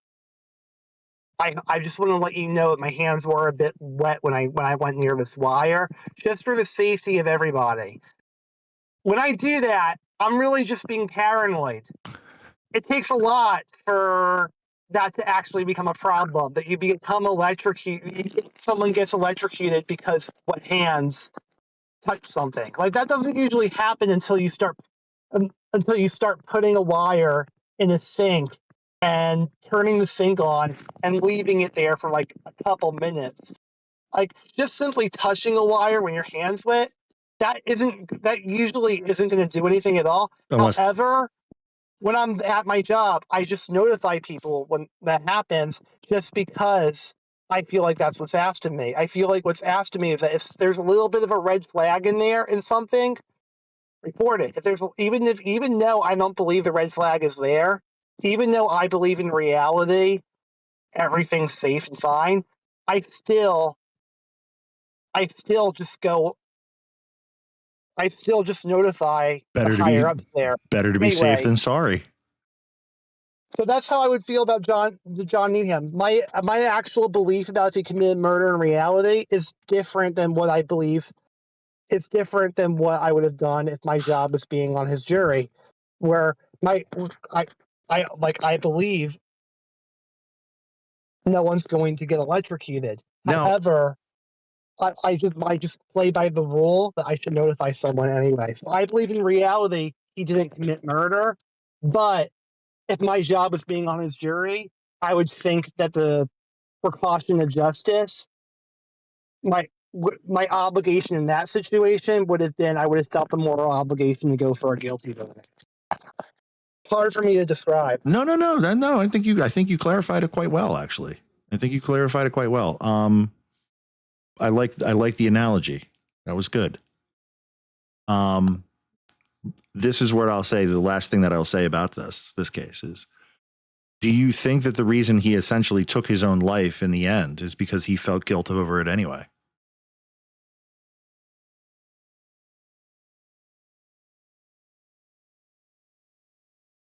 Well,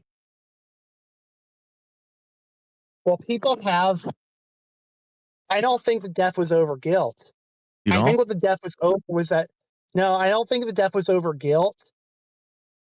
The family was looking. His family, his supporters, his lawyers, they were hoping the jury would come back with a manslaughter verdict, like not a murder verdict, but a manslaughter verdict, where it just wouldn't be as much jail time.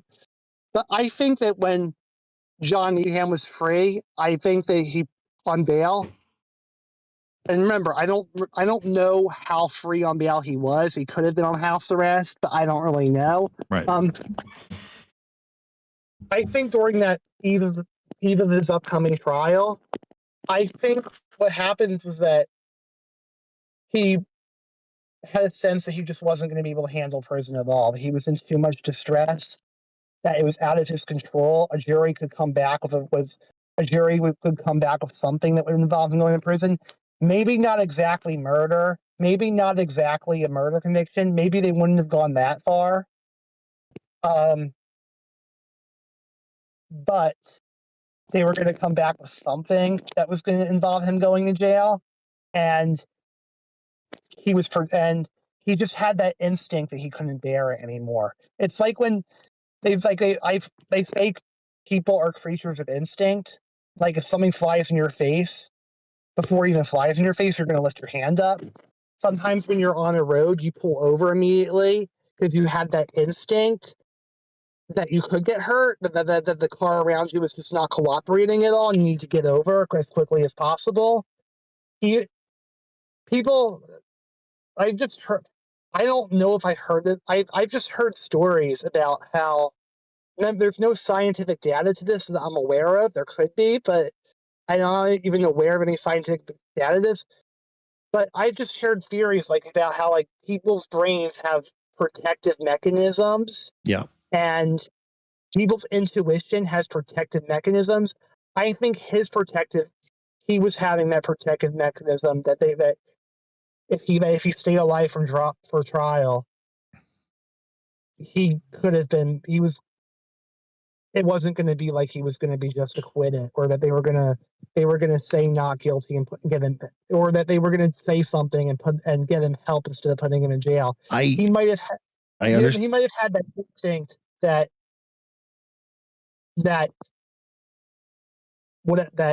it was out of his control, that something was going to happen to put him in jail.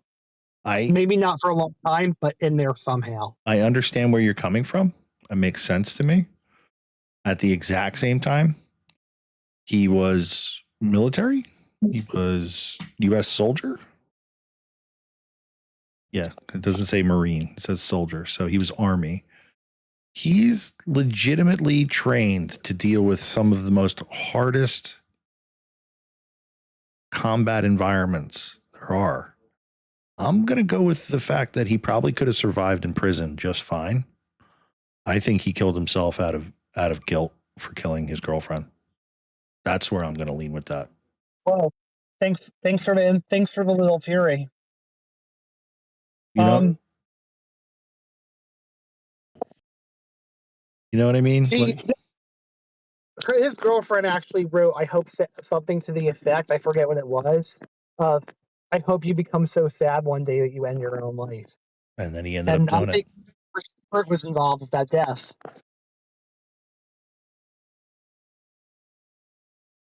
Yeah.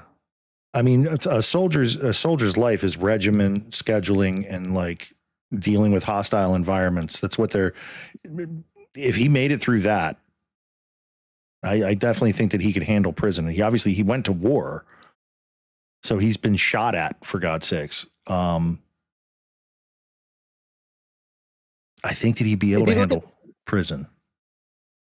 If you look at the Skylar Nemitz case, he was only in his 20s when he got accused in Lakewood, Washington, where he got accused of shooting his wife. They married at a young age. he was like a soldier. He was in the army somehow. I forget what spot. But at his trial, the jury, he claimed it was the shooting was an accident. The prosecutor said at his trial, this was no accident. This is someone who was trained to deal with his emotions. Is Skylar Neese? Nemetz, Nemetz.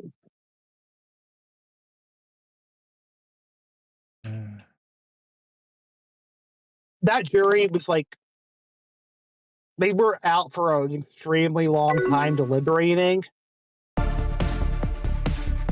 Oh, Tyson, thank you, brother. They were out for a very long time deliberating, but they only came back with a guilty verdict of like reckless manslaughter or negligent manslaughter. I forget which one. And he only got like a decade in prison for it. His mom was hoping he'd walk free. They would like think that it was an accident. There'd be no jail time at all. I think that's what his mom was hoping for. I know his defense said come back for manslaughter, guilty for manslaughter. His defense told the jury, we'll tell you what it's not. It's not actual murder. But Todd Grande said that this YouTuber, Dr. Todd Grande, I listen to, that gives an opinion on almost every case out there. He said that Todd Grande said that his opinion on this case is that Skylar Nemetz actually was guilty beyond a reasonable doubt.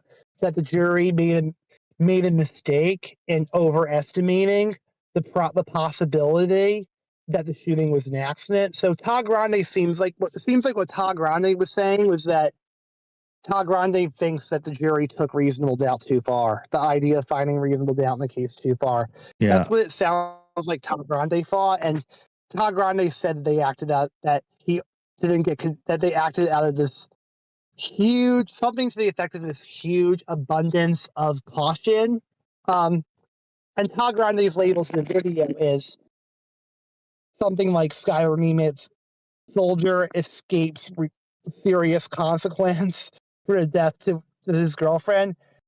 Skylar Nemetz was sentenced to like 13 and a half years. So serious, it was something like 12 or 13 and a half years. I forget which one.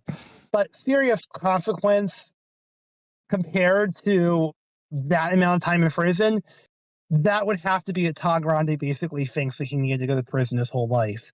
Because 13 or 12 and a half years in prison, that is a long time to be in prison. So if someone says that is escaping a serious consequence, that meant that if Todd Grande labeled his video something like escape serious consequence, that meant the way I take that is that Todd Grande is basically saying that he thinks that was a slam dunk, needed to be convicted of the highest crime, never be let out of prison. That's what it seems like Todd Grande is saying. But it's funny because you're talking about how these soldiers can handle anything. That kind of just making the case Skylar Nemetz would be guilty of actually shooting his wife, that he could control his emotions, so he could definitely control. I didn't say that they can. I'm not saying that he can handle his emotions. That is not what I'm saying.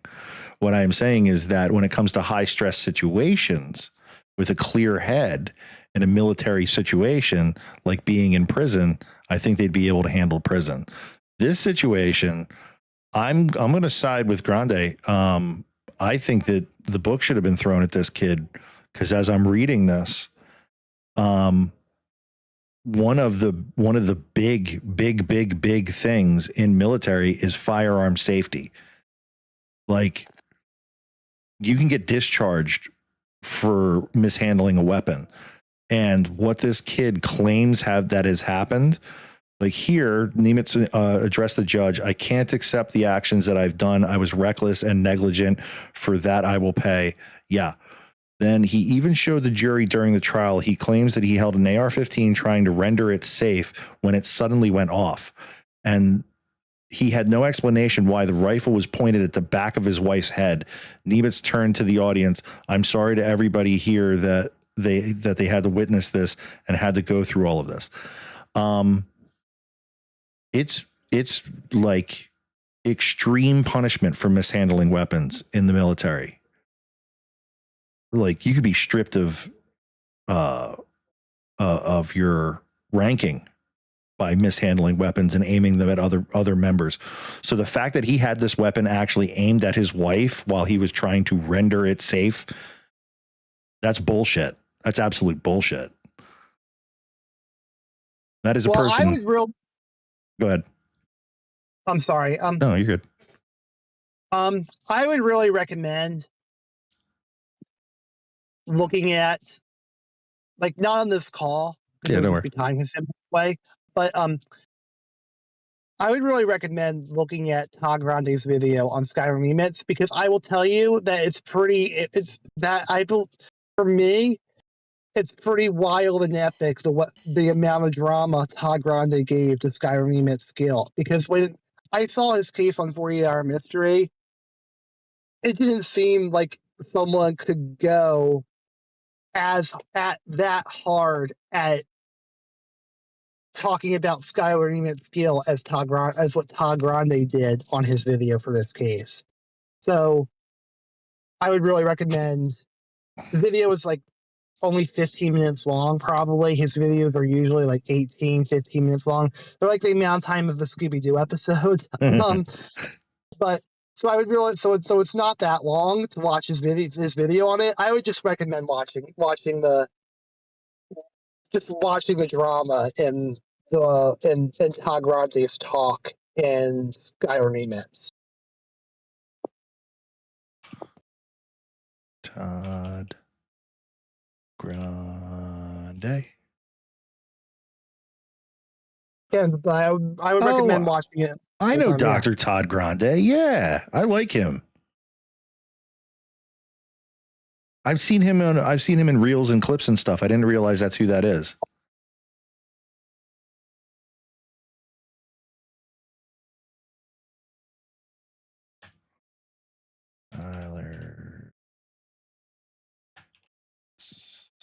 What I was talking about, I want to go back to what I was talking about the last call I did with you, if that's all right with you. Sure. You're going to have to refresh my memory. Well, the last call I did with you, I was not in a place where I could really have good reception. Right. This time around, I had perfect reception, apparently, because you're not complaining about hearing me. I'm not complaining about hearing you. And I was talking about the Chad and Shannon Troy case, and like how Mike Golub went missing. They were in a custody dispute with Mike Golub. Shannon had custody of Mike Golub's son, but Chad didn't want Mike around Shannon. And when Chad was like the most wealthiest, the Floyd family was like the most prominent name in that small farming community. And when Chad and Shannon were arrested in charge of his disappearance, based on the evidence they believe they had on him, the only people in the state of Kansas that were allowed to ask for a change of venue was the defense. So the prosecution just had to accept them being tried in the community where almost everyone loved the Floyds, and it was a hung jury in both trials, and they eventually were never tried again. They walked free. 48 Hour Mystery actually hired a private investigator to try to talk to them, to try to like track down where they currently were, because they left town after they were dismissed from the charge. They never really went to jail for it because they were free on bail that time. Before their trial. But the thing, it was two hung juries. People thought that they really should have been convicted, that a jury anywhere else hearing the exact same circumstantial case on them would have convicted them. The only reason they weren't convicted was because it was there. And the second jury came back, so they were split 7-5, but no one has ever said what side that was for. I believe that probably meant 7-5 for conviction. That meant 7-5 for conviction. They didn't have the guts to say most of them wanted to put Chad and Shannon Floyd in prison. They didn't have the guts to say that because because those jurors didn't want to be trashed in their community for. I believe they were it was those two trials are probably biased because jurors were just because only so many people in both of those trials actually were going to have the courage and strength to say they were guilty. Because if they did we touch on the fact they probably would have gotten really hurt for not for wanting to do this again, based on how small it was. Did we ever touch on the fact that Chad's brother Clint is a county prosecutor? I did not know that. Yep. I'm looking at it right now. Whoa. I didn't know. The 40-hour mystery episode was called Justice in Heartland. I never learned that from watching that show. Yep. Responsible for felony, misdemeanor, and juvenile prosecutions. The office is also responsible for handling child in need cases, mental illness cases, and traffic violations. But he could have became a prosecutor years after this case, though. Years after this happened. So it could not have any relevance at this point because he could have became a prosecutor years after this. I don't know about that, bud. Unless he became a prosecutor just to protect Chad from ever having to be tried for the case. No, when did Chad go missing? 2015? Or not Chad? When did Mike went missing? I forget. It was sometime in the early 2000s. Well, Clint Floyd started his law office in 5/12/2005. May 12th, 2005? Yep. That's my birthday. That's me and Steve's birthday, May 12th. No shit. How about that? That's me and Steve's birthday. That's literally, yeah. Yep, that's the day the business was started. Checked by the Better Business Bureau, Floyd Law Office. That's McCann's birthday. That is Mallory McCann's birthday, Tony Hawk's birthday, Emilio Estevez's birthday, Julius Rosenberg, who got executed for being a spy, that's his birthday. That's serial killer Leonard Nelson's birthday. Yeah.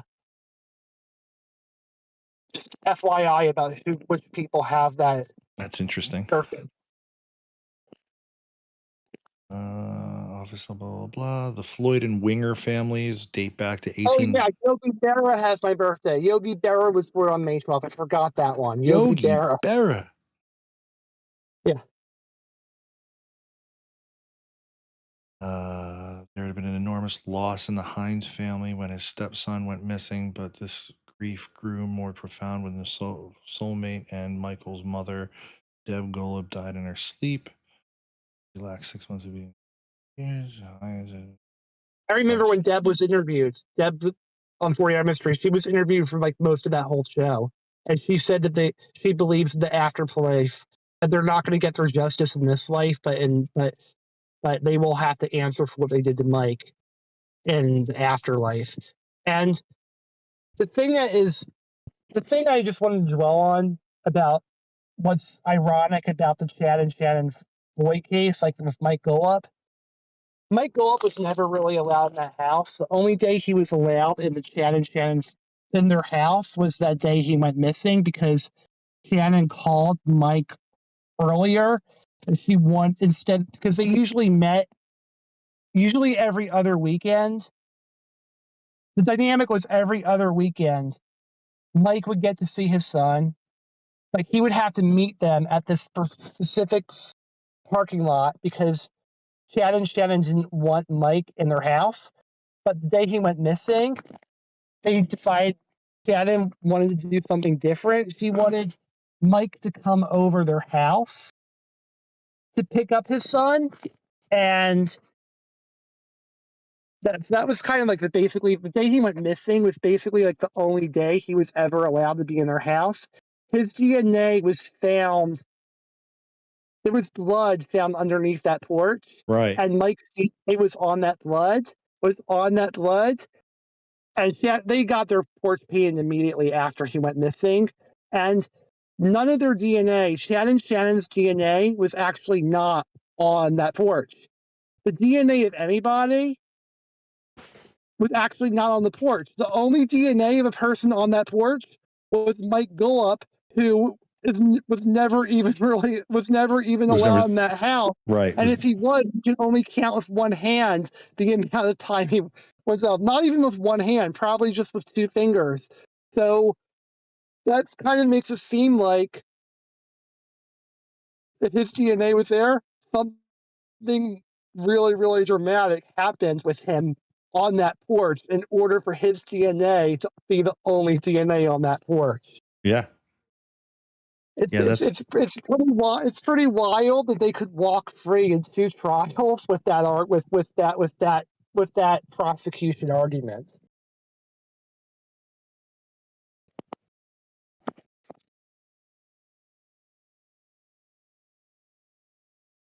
But at the same time, I don't think the case against Chad and Shannon Floyd was the strongest out there. I think there's a bigger chance of Chad and Shannon Floyd being innocent than there are of other people being innocent. There are of other people being innocent. I think the chances of Chad and Shannon Floyd being innocent, I think it's bigger than the chances of Lacey Spears being innocent. Well, I think it's bigger than the chances of Sandra Franklin being innocent in Ohio. Didn't we touch on the fact that basically the police force in Chad and Shannon Floyd's case were like lackluster? They really didn't put that much effort into it. I've known that. Of course, I've known that for a long time. Yeah, the people who arrested them was the Kansas Bureau of Investigation. That probably, and from all I know, the headquarters to that Bureau of Investigation probably was nowhere near. It was probably nowhere near that county, which is it takes. Yeah, the case would really have to not be taken seriously in order for a state FBI to come in. Yeah, how do you find blood at the scene and not investigate any further than that? Kansas is bigger than Florida, and if you're in Florida, you feel like you're driving forever. Oh yeah, no, I've driven through Florida. So I would imagine that Kansas Bureau of Investigation, this is just speculation, I don't actually know this. I would just imagine that their headquarters would have been all the way on the other side of the state. So in a big state like that, it would take something pretty major for them to have to be they would have to really not be taking it. The local police probably would have had to have really not been taking the thing seriously. Yes. And acting like they had the conflict of interest. Well, I appreciate you calling. It is officially 10 o'clock, my good man. Yeah, thanks for chatting with me, having me on. I hope I didn't bother you. Not even a little bit, dude. Thank you. You guys got me through tonight. I feel like I didn't talk at all. Well, I couldn't get on immediately because of my little situation. You're good. Go check out that video that I sent you. I sent it on in a direct chat and on Discord. I think that you'll definitely dig that. That's one of the only videos that he does on that one, and that's for anybody else. It's called Serial Killing for Fun and Profit: The Secret History of Americans' Murder Rings. You got to check that out. It's pretty wild. I can tell you I have a lot of thoughts. I don't have time to say I had more thoughts on my mind. Of course, I don't have time for them, but I'll send you a ton of them in private messenger. Sure, brother. If that works for you. But as for now, I'm going to go relax. Have a good night. And I will catch you later, Halden. I'm sure we will speak. Thank you very much, Raven. Raven, you stop it. You're making me feel like a stripper, just throwing money on me. I love it. And everybody else who stopped in and tuned in and spoke, Gorilla Glue, appreciate you, brother. And we're gonna call it a night. Halden, I appreciate you, bro. Yeah, have a great night. You too.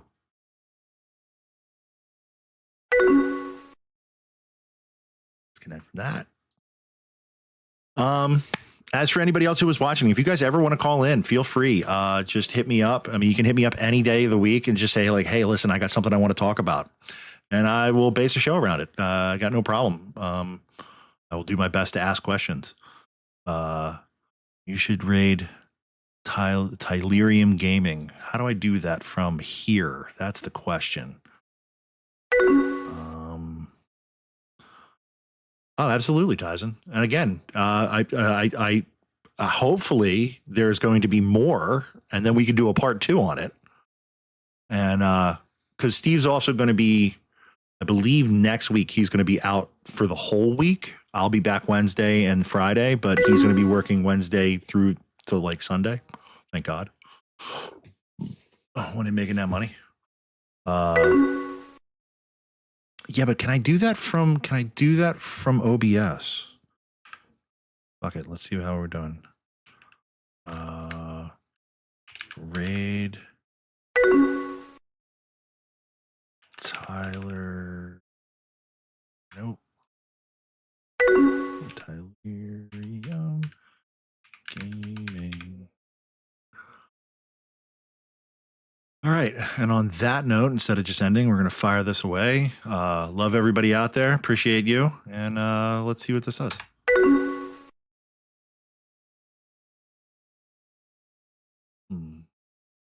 I don't know if that worked. Did that work? I don't think that worked.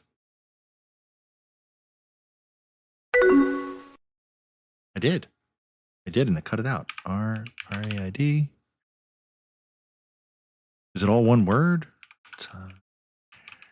Very young. Gaming. Try again. Nope. I don't think that worked again. Let's try it this way. Let's try over here. /raid. There we go. Yes.